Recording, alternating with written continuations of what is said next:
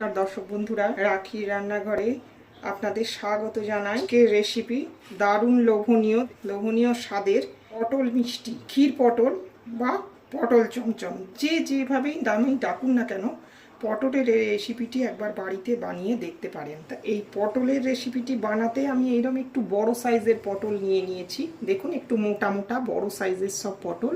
এরম সাইজের পটলেই ভালো হয়, কারণ ভেতরের বীজ বার করতে গেলে ছোট পটল হলে পটলগুলো ভেঙে যাওয়ার সম্ভাবনা থাকে। তো এরকম একটু বড় বড় সাইজের পটল নিয়ে নেবেন, ভালো হবে। এবার পটলের পুরো গায়ের ছালটা তুলে নেব।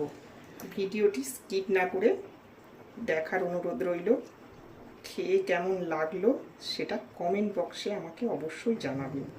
তো চলুন শুরু করা যাক আজকের ভিডিওটা। এই পটল মিষ্টি বানাতে আমি 8টা মতো পটল নিয়ে নিয়েছি। পটলটাকে ছাড়িয়ে আপনাদের দেখাবো। পটলটা এইভাবে পুরোটা পরিষ্কার করে ছাড়িয়ে নিতে হবে। এর মধ্যে কোনো রকম কিছু যেন না থাকে, কোনো রকম খোসা থাকা চলবে না। একদম পরিষ্কারভাবে পটলটাকে ছাড়িয়ে নেবেন।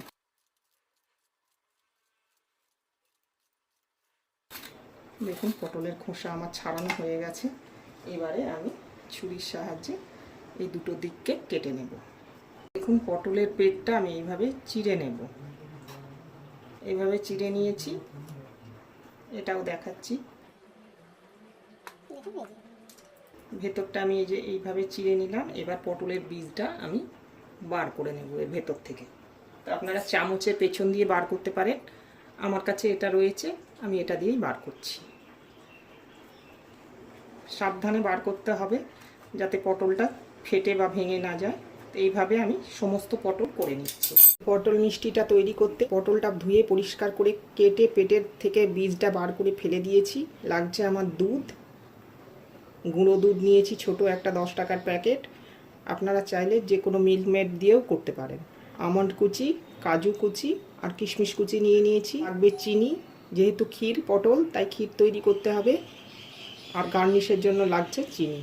জল গরম বসিয়ে দিয়েছি, জল একটু গরমও হয়ে গেছে। এই সময়ে আমি সামান্য চুটকি দিয়ে ফুড কালার দেব, যাতে পটলের কালারটা খুব সুন্দর আসে। এটা অপশনাল, আপনারা চাইলে দিতে পারেন, না হলে নাও দিতে পারেন। এটা পটলের কালারটাকে একটু সুন্দর দেখানোর জন্য দেওয়া। একটুতেই কত সুন্দর কালার এসে গেছে। এবারে আমি একটা একটা করে পটল ওর মধ্যে মিশাবো। 5 থেকে 7 মিনিট আমি এটা সেদ্ধ হতে দেব। খুব বেশি সেদ্ধ করব না, তাহলে পটল গলে যাবে। এটা ঢাকা চাপা দিয়ে 5 থেকে 7 মিনিট আমি সেদ্ধ হতে দেব। 7 থেকে 8 মিনিট হয়ে গেছে। এবারে আমি ঢাকাটা খুলে নিলাম। এবারে পটলগুলো এক এক করে আমি ছাঁকনিতে তুলে নেব। এর বেশি সেদ্ধ করব না। পটলের জলটা চিপে নিলাম, যেটুকু জল থাকবে সেটুকু ছাঁকনিতেই ঝরে যাবে। কড়া পরিষ্কার করে নিয়ে চলে এসেছি। এবারে এই চিনিটা কড়ার মধ্যে দিয়ে রস তৈরি করে নেব। সামান্য একটু জল দিয়ে দিলাম। দুটো ছোট এলাচ আমি ফাটিয়ে দিয়ে দেব। চিনি রসটা করছি। দেখুন, এটা একটু ঘন হয়ে সামান্য একটুখানি কাঁঠালো হবে, তখন আমি পটল ছেড়ে দেব। কোনো একতার দুতারের প্রয়োজন নাই, একটু কাঁঠালো হলেই, হাতে একটু চিটচিট হলেই পটলগুলো ছেড়ে দিতে হবে। পরিয়ে নিই। পটল থেকে সমস্ত জল ঝরে গেছে। এবারে আমি এক এক করে পটলগুলো এর মধ্যে দিয়ে দেব। এবারও আমি 5 থেকে 7 মিনিট পটলগুলোকে এর মধ্যে ফুটিয়ে নেব, তাতেই পটল মিষ্টি হয়ে যাবে। পটলটা আমার সেদ্ধ হয়ে গেছে দেখুন। এবারে আমি পটলগুলো তুলে নেব এক এক করে। এরকমভাবে তুলে নেব। এগুলো আমি তুলে নিলাম। এবারে ওই মিষ্টি রসের মধ্যে আমি দুধটা ঢেলে দেব। আলাদা করে আর চিনির রস করছি না। দুধটা একটু ভালো করে ফুটিয়ে নিই, একটু ঘন করে। দুধটা ফুটছে, এখন আমি এর মধ্যে গুঁড়ো দুধ মিশিয়ে দেব। আপনারা চাইলে এই সময় মিল্ক মেডও মেশাতে পারেন। ভালো করে নাড়াতে থাকতে হবে। ড্রাই ফ্রুট কুচি করে রেখেছি, ওগুলোও মিশিয়ে দেবো।